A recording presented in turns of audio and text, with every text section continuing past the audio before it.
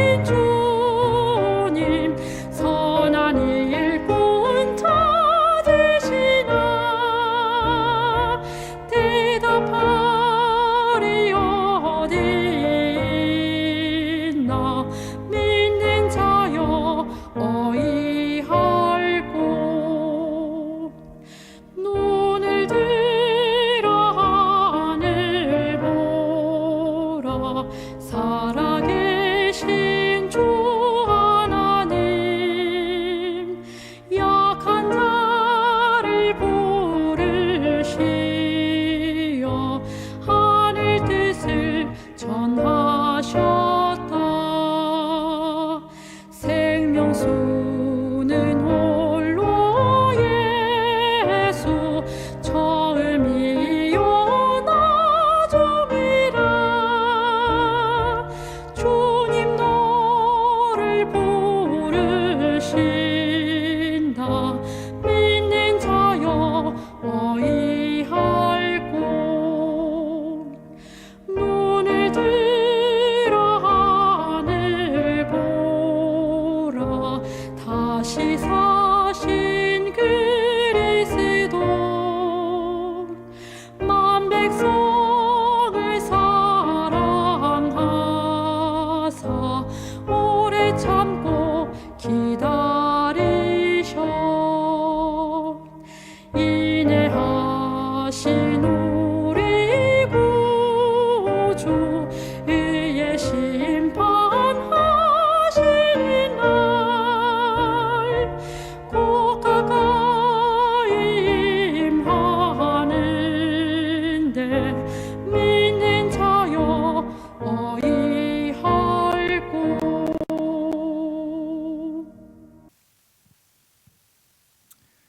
안녕하십니까? 오늘도 화요 저녁 예배에 오신 우리 모든 성도님들을 주의 이름으로 환영합니다. 오늘은 요한계시록 연구 21번째 시간입니다. 오늘 함께 나눌 이야기는 우리 지난 시간에 다뤘었던 어린 양의 혼인잔치에 대한 이야기를 조금 더 자세하게 해보려고 합니다. 지난 시간 우리는 이 땅에 종말에 있게 될 예수 그리스도의 재림을 성경은 혼인잔치로 설명한다라고 말씀드렸었습니다. 실제로 성경에는 혼인잔치와 관련된 비유들이 자주 등장하고 있습니다. 각시대쟁투는 혼인이 그리스도께서 당신의 나라를 받으시는 것을 의미한다라고 설명하고 있습니다. 결국 혼인으로 표현되어 있는 예수 그리스도의 재림은 그분께서 이제 온 우주의 통치자로서 다시 복귀되심을 의미하는 것이라는 겁니다. 결국 어린 양의 신부가 어린 양이신 예수님과 결혼하는 것은 예수 그리스도께서 통치하시는 그 나라에 우리가 들어감을 의미하는 것입니다. 이게 모든 구속의 경륜의 목적이고 최종 도착점입니다. 그래서 예수님도 혼인잔치와 관련해서 많은 비유의 말씀을 주셨던 것입니다. 여러분들은 혼인잔치 하면은 어떤 것이 떠오르십니까? 아마 여러 가지 이야기들이 떠오르시겠지만 이 특별히 혼인잔치 하면 가장 먼저 떠오르는 것은 바로 열처녀의 비유인 것 같습니다. 우리는 열처녀의 비유를 통해서 마지막 시대에 재림을 기다리고 있는 사람들과 또 예수 그리스도의 재림의 지연에 대한 이야기를 우리는 자주 합니다. 실제로 혼인잔치에 오는 신랑을 기다리다가 지쳐서 잠든 열처녀의 이야기는 우리가 오늘 어떤 삶을 살아야 될지에 대해서 많은 교훈을 주고 있죠. 사실 이것은 아주 단순한 비유가 아닙니다. 이 비유 속에는 인류가 구원을 향해 나아갈 때 주께서 우리를 초청하시고 또 그로 들어가고 되는 그 과정 속에서 겪게 되는 여러 가지 일들을 알려주는 예언과 같은 비유가 바로 열처녀의 비유인 것입니다. 열처녀의 비유에 보면 신랑의 지체, 그리고 졸고 있는 처녀들, 그리고 졸고 있는 처녀들을 깨우는 밤중 소리가 등장합니다. 슬기로운 처녀든 미련한 처녀든 전부 다 졸았었습니다. 하지만 그 밤중 소리를 듣고 준비되어 있었던 사람들은 혼인잔치에 들어가고 준비를 하지 않았던 사람들은 그 밤중 소리가 그들의 멸망을 의미하는 것을 하게 된다는 것입니다. 이것의 실제적인 적용은 이러합니다. 이것은 2300주야의 예언이 끝나면서 이 땅에서 벌어졌던 재림운동에 적용이 됩니다. 신랑을 마주 나갔던 열처녀는 1830년대 후반부터 40년대 초반에 있었던 세계적인 재림운동을 의미하고요. 신랑의 지차는 2300주야 예언을 사람들이 계산을 해냈지만 그저 초기에 1844년으로만 계산하여 1844년이 되었음에도 불구하고 예수님이 오시지 않게 되었을 때 겪었었던 그 실망에 대한 내용이 되는 것입니다. 그러던 중 성경 연구를 통해서 사무엘 스노우가 실제적 재림은 유대력으로 1844년 7월 10일에 있을 대속죄일에 있는데 이것을 현대력으로 하게 되면 1844년 10월 22일이 된다라고 하는 것을 찾아내게 됩니다. 이것을 계기로 해서 재림을 기다리는 강력한 모임이 생겨났는데 그것을 재림교회 초기 역사를 보면 제7월 운동이라고 표현하고 있습니다. 왜냐하면 제7월은 유대력에서 대속죄일이 있는 달이거든요. 그래서 제7월 운동이다라고 이야기를 하는 것입니다. 화이트 여사는 이 제7월 운동을 밤중소리라고 표현합니다. 하지만 그들이 계산했던 10월 22일에도 예수님은 결국 오시지 않았죠. 왜였을까요? 이것은 2300주야의 성소 정결이 예수님의 재림을 나타내는 것이 아니라 예수께서 성소에서 지성소로 옮겨가시는 것을 의미하는 것이었기 때문에 그렇습니다.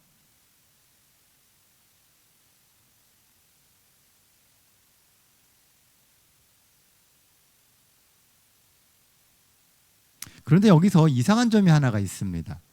열처녀의 비유에는 분명 밤중 소리 이후에 신랑이 왔다고 되어 있는데 10월 22일에도 예수께서는 이 땅에 오시지 않았다는 것입니다. 바로 이 부분이 아주 중요한 포인트죠.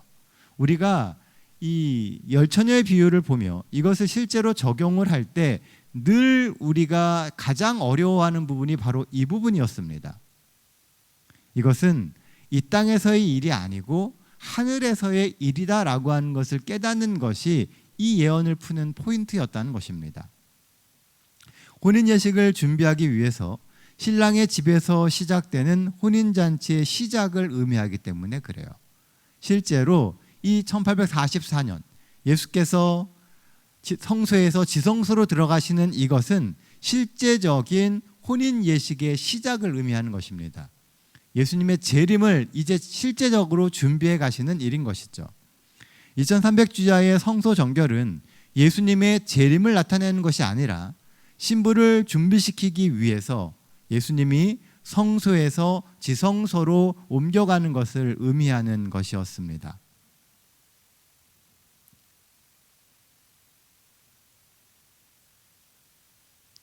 바로 이 지성소 사역이 신부를 준비시키고 어린 양의 혼인잔치를 시작하는 실제적인 첫 발걸음입니다.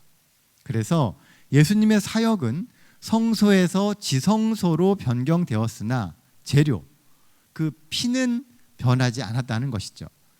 이제는 예수 그리스도께서 그분의 피로 우리의 구원을 이루시는 일을 실제적으로 하게 되신다는 겁니다. 그래서 1844년에 성소에서 사역이 마무리되고 이제 지성소 사역, 예수님의 실제적인 혼인잔치, 예수님의 재림에 대한 준비가 시작되게 된 것입니다. 예수님은 시간이 아니라 늘 사람의 관심을 갖고 계십니다. 우리는 시간적 개념으로 예수님의 재림을 생각해요. 그런데 예수님께서는 한 사람이라도 더 구원하기 위해서 그 재림의 시간을 최대한 늦추고 계시다는 거죠. 오늘날 우리에게 주시는 이런 기회의 시간, 결국 우리가 이것을 은혜의 시간이라고 이야기하잖아요. 하나님이 우리를 구원하기 위해서 주시는 그 은혜의 시간을 우리는 꼭 붙들어야 할 필요성이 있는 것입니다. 그래서 그것과 관련된 내용을 조금 더 예수님이 자세히 설명해 주셨어요. 그것이 바로 마태복음 22장에 나오는 혼인잔치의 비유입니다.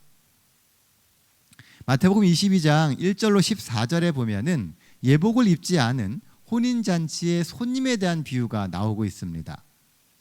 예수께서 다시 비유로 대답하여 가라사대 천국은 마치 자기 아들을 위하여 혼인잔치를 베푼 어떤 임금과 같으니 그 종들을 보내어 그 청한 사람들을 혼인잔치에 오라 하였더니 오기를 싫어하거늘 내가 오찬을 준비하되 혼인잔치에 오소서 이에 종들에게 이르되 혼인잔치는 준비되었으나 청한 사람들은 합당하지 아니하니 내 거리 길에 가서 사람을 만나는 대로 혼인잔치에 청하여 오라 한데 종들이 길에 나가 악한 자나 선한 자나 만나는 대로 모두 데려오니 혼인잔치에 손님들이 가득한지라.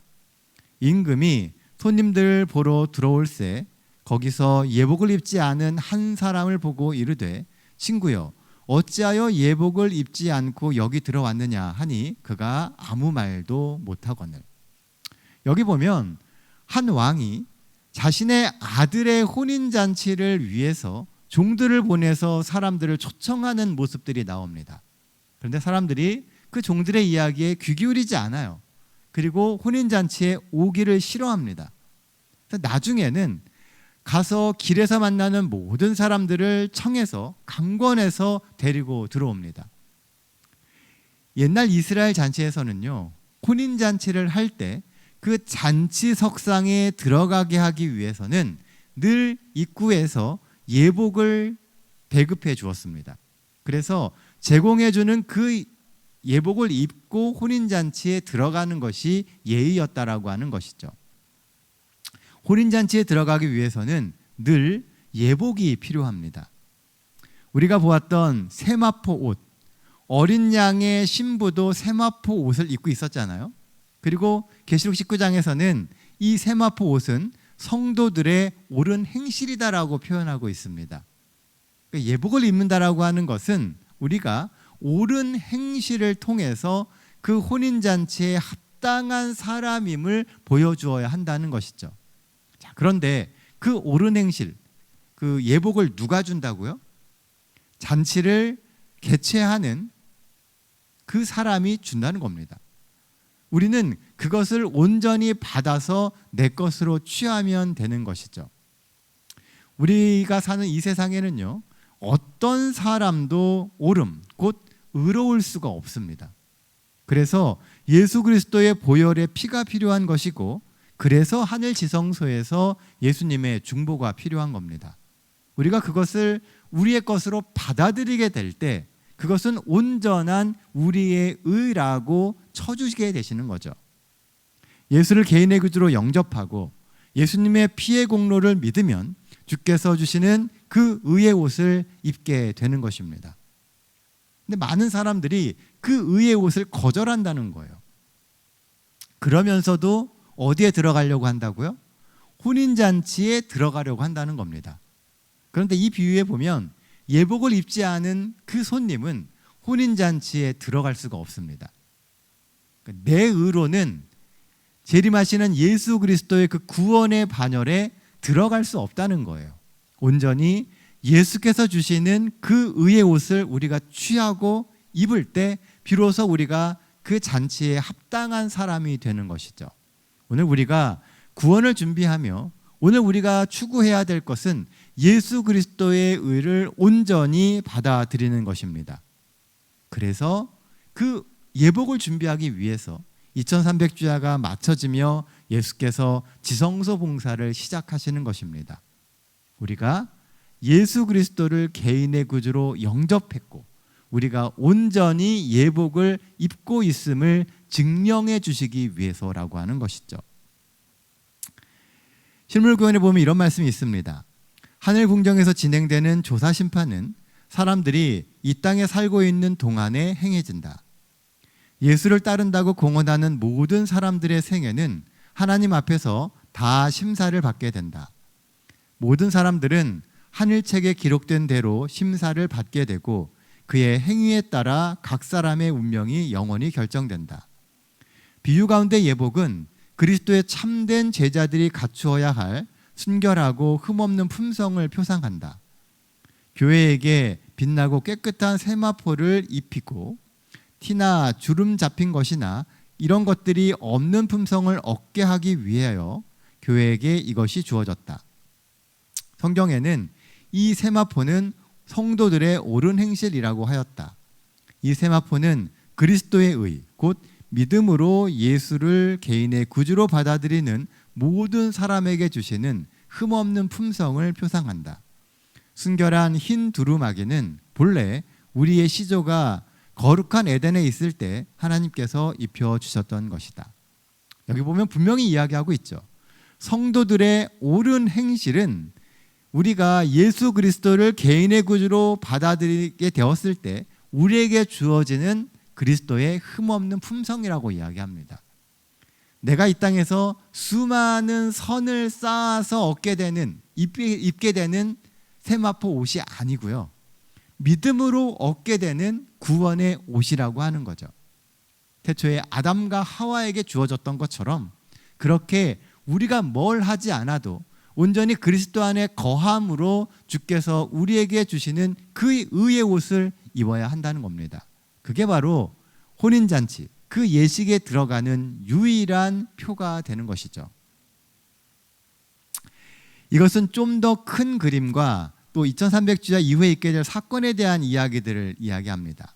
이 예복을 입지 않는 손님의 비유는 성경에 보면 오찬이라고 되어 있어요. 자, 오찬이 무엇입니까? 자, 오는 정오, 점심때를 이야기하는 것이죠. 그러니까 이 잔치는 낮에 일어나는 잔치입니다. 그러니까 조금 이른 시간에 있게 되는 잔치에 사람들을 초청한 것이죠. 이것은 2300주야 예언 이후에 있게 될 사건들에 대해서 우리에게 알려주는 거예요. 2300주야 예언은 구원을 위해서 혼인잔치로 사람들을 초대하는 기별이었습니다. 유대인으로부터 시작해서 이방인에 이르기까지 하나님은 구원받을 사람들을 하나하나 초청하셨어요. 근데 마태복음 22장 4절에 보면 이 잔치는 아까 말씀드린 대로 오찬이라고 표현되고 있습니다. 점심 식사라고 하는 것이죠. 하지만 많은 이들이 이 초청에 응하지 않았습니다. 그래서 혼인잔치에 응한 사람들을 대상으로 1844년 이후, 정확히는 1844년 10월 22일 이후에 예복을 심사하는 일, 곧 조사심판이 하늘 지성소에서 시작되게 된 겁니다. 들어오지 않기 때문에, 올바른 선택을 하지 않기 때문에 예복을 입은 사람과 입지 않은 사람을 구분해야 되는 일이 생기게 됐다는 것이죠. 그러므로 조사심판은 복음을 받아들인 자를 위한 것이다 라고 말하고 있는 것입니다. 조사심판의 초점은 복음을 받아들인 그들이 온전히 예복의 예식에 참여하기에 합당한 사람임을 증명하는 것이 조사심판이라고 하는 겁니다. 자, 여기까지 이해되십니까? 자, 그러면 그 다음의 이야기가 궁금하지 않습니까? 여전히 사람들이 너무나 적습니다. 그래서 다시 한번 사람들을 초청하는 일이 있게 됩니다. 이게 누가복음 14장에 나오는 또 다른 잔치의 비유의 이야기예요. 그러니까 오찬에 사람들을 초청을 했는데 그들이 그 잔치에 오지 않습니다. 온 사람이 너무 적었다는 것이죠. 그래서 누가복음 14장에 보면은 큰 잔치의 비유가 또 나옵니다. 이 큰 잔치의 비유는 마태복음 22장의 비유와 매우 유사해요. 그런데 우리가 자세히 읽어보면 약간의 차이가 있습니다. 마태복음 22장의 잔치는 오찬이었고 여기서 큰 잔치로 번역된 단어는 헬라어 데이프논인데 데이프논은 만찬 또는 중요한 연회를 의미하는 단어입니다. 주로 저녁에 벌어지는 식사와 연회를 가리키는 것이 데이프논입니다. 이 큰 잔치는 저녁으로 표상되는 좀 더 늦은 시점의 초청입니다. 너무나 적은 무리로 인해서 다시금 사람들을 초청하고 강권하여 사람들을 데려오게 되는 것이죠. 이것을 표로 나타내면 이렇게 됩니다. 조사심판이 진행되는 동안 이방인을 위한 초청이 지속됩니다. 실물교훈 222페이지에 보면요. 그리스도께서는 큰 잔치의 비유를 가지고 복음으로 말미암아 제공되는 축복을 설명하고 계신다.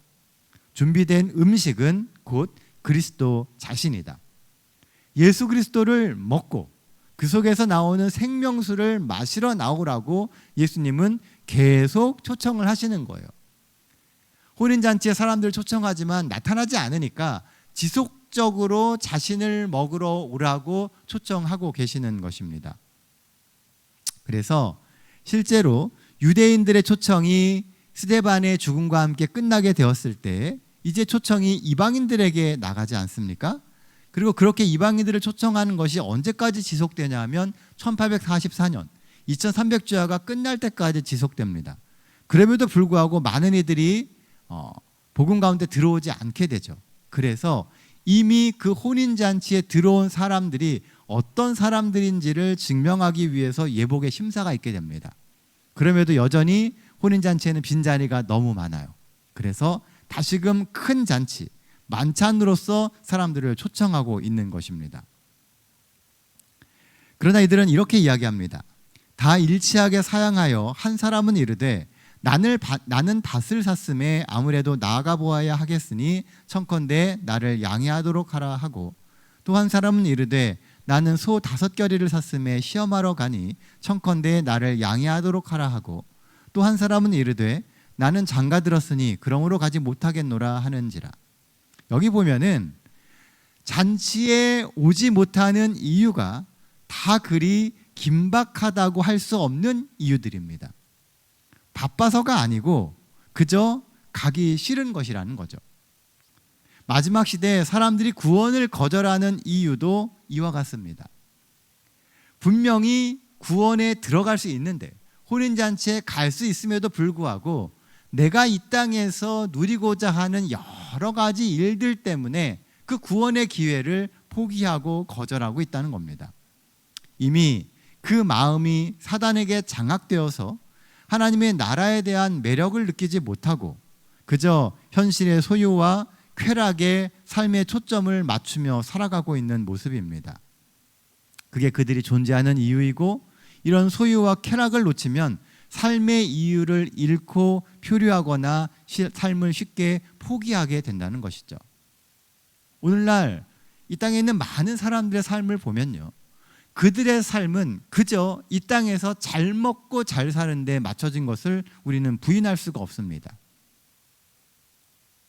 우리가 예수 그리스도를 믿고 이 땅에서 새로운 삶을 원한다면 정말 중요한 것은 우리가 구원을 고대하는 삶을 사는 거예요.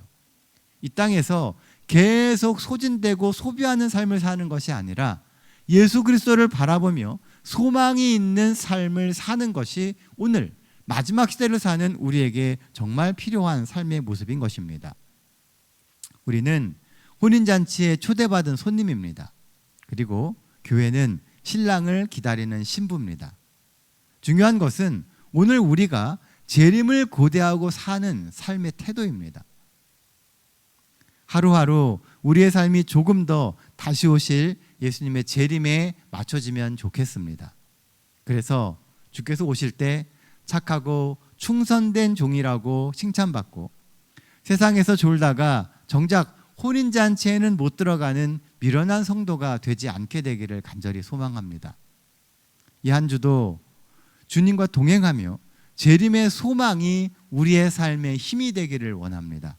그래서 매 순간마다 주와 동행하고 주를 고대하며 하늘을 그리며 이 땅의 모든 삶에 대하여 미련을 좀 정리하고 하늘을 향해 나아가는 우리 동탄 새하늘교회 모든 성도들 되시기를 바랍니다. 오늘 이 시간에도 예수님은 우리를 초청하십니다.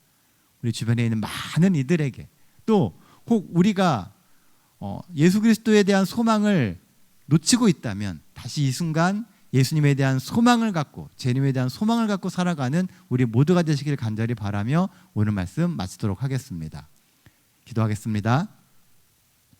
은혜로우신 아버지 하나님, 늘 저희를 사랑해 주시고 저희를 붙들어 주시며 저희를 하늘로 인도하기 위하여 초청해 주심을 인하여 감사드립니다.